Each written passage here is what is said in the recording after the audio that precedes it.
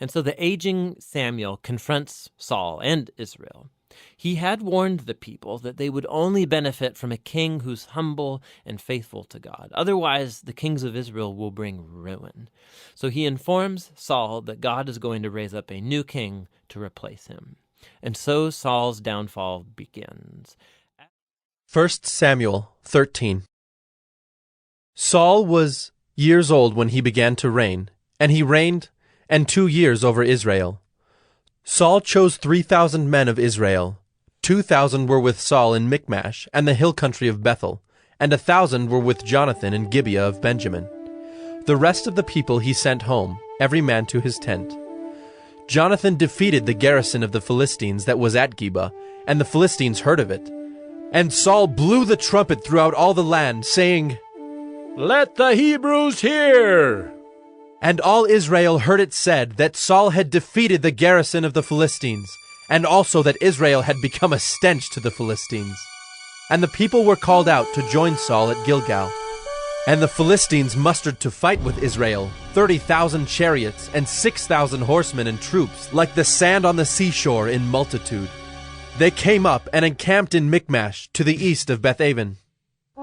When the men of Israel saw that they were in trouble, for the people were hard-pressed, the people hid themselves in caves and in holes and in rocks and in tombs and in cisterns. And some Hebrews crossed the fords of the Jordan to the land of Gad and Gilead.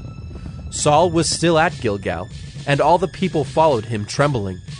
He waited 7 days, the time appointed by Samuel. But Samuel did not come to Gilgal, and the people were scattering from him. So Saul said, "Bring the burnt offering here to me, and the peace offerings."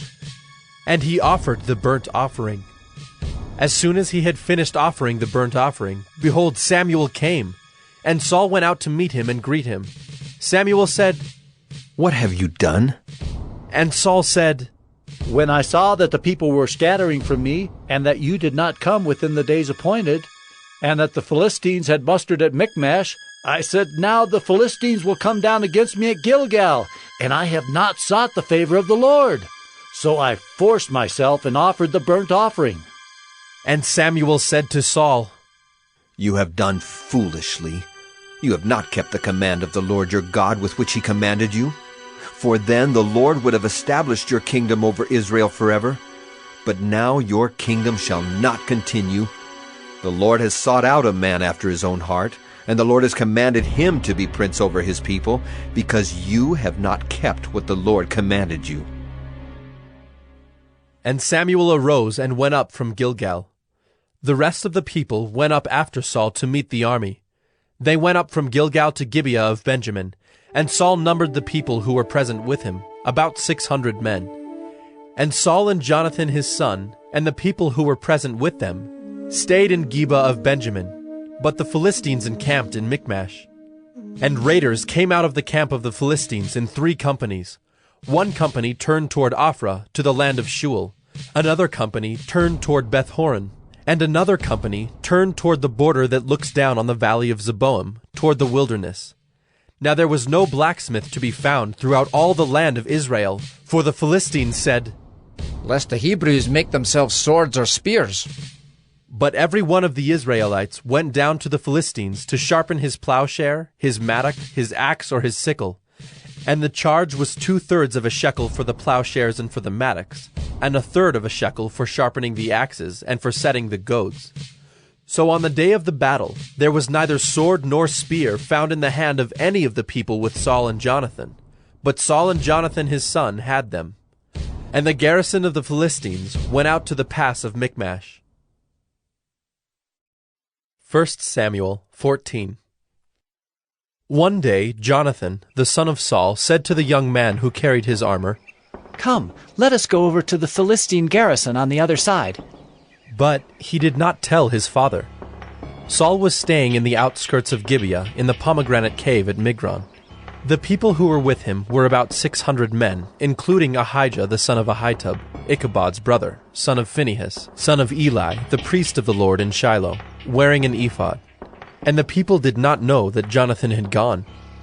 Within the passes by which Jonathan sought to go over to the Philistine garrison, there was a rocky crag on the one side and a rocky crag on the other side, The name of the one was Boses, and the name of the other Sina. The one crag rose on the north in front of Michmash, and the other on the south in front of Geba. Jonathan said to the young man who carried his armor, Come, let us go over to the garrison of these uncircumcised.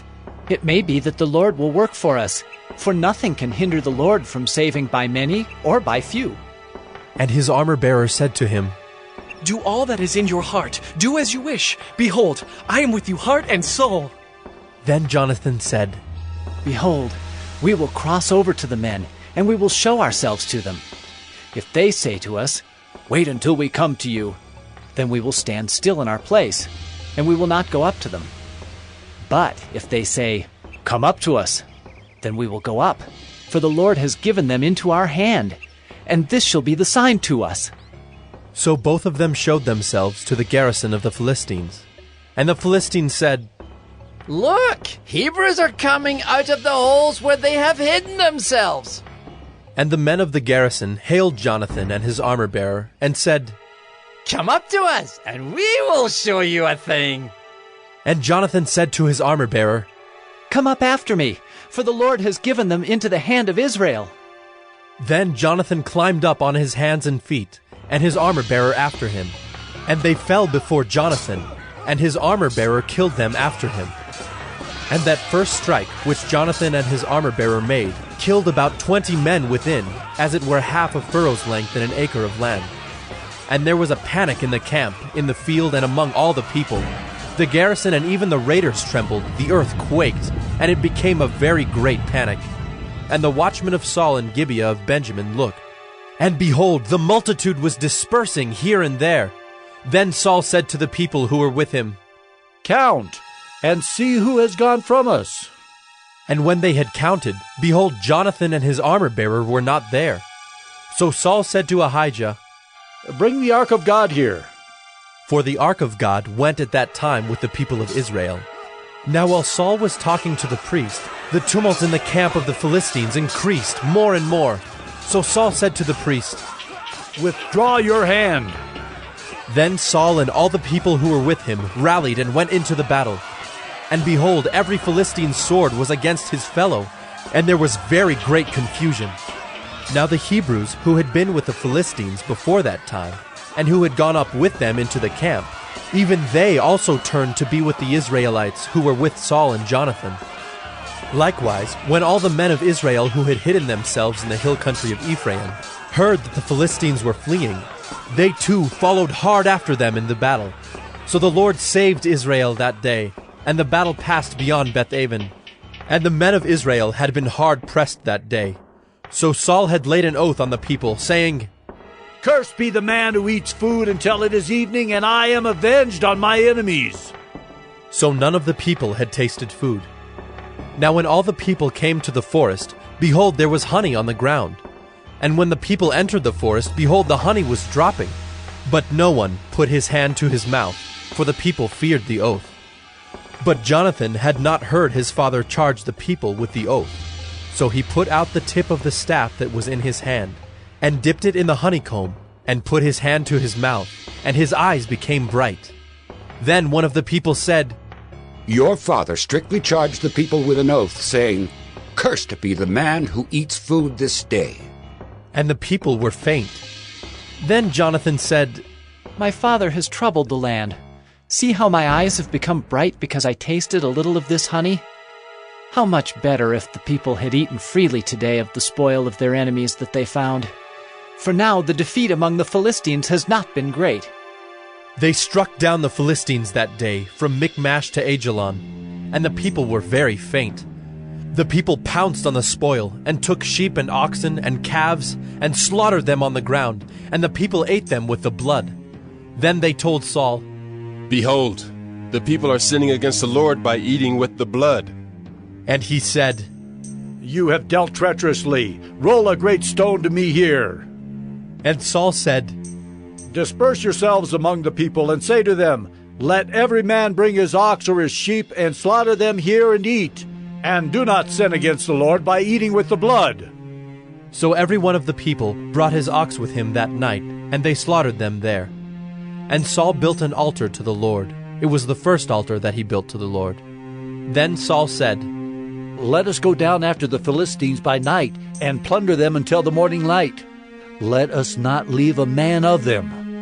And they said, Do whatever seems good to you. But the priest said, Let us draw near to God here. And Saul inquired of God, Shall I go down after the Philistines? Will you give them into the hand of Israel? But he did not answer him that day. And Saul said, Come here, all you leaders of the people, and know and see how this sin has arisen today. For as the Lord lives who saves Israel, though it be in Jonathan my son, he shall surely die. But there was not a man among the people who answered him. Then he said to all Israel, You shall be on one side, and I and Jonathan my son will be on the other side. And the people said to Saul, Do what seems good to you. Therefore Saul said, O Lord God of Israel, why have you not answered your servant this day? If this guilt is in me or in Jonathan my son, O Lord God of Israel, give Urim. But if this guilt is in your people Israel, give Thummim. And Jonathan and Saul were taken, but the people escaped. Then Saul said, Cast the lot between me and my son Jonathan. And Jonathan was taken. Then Saul said to Jonathan, Tell me what you have done.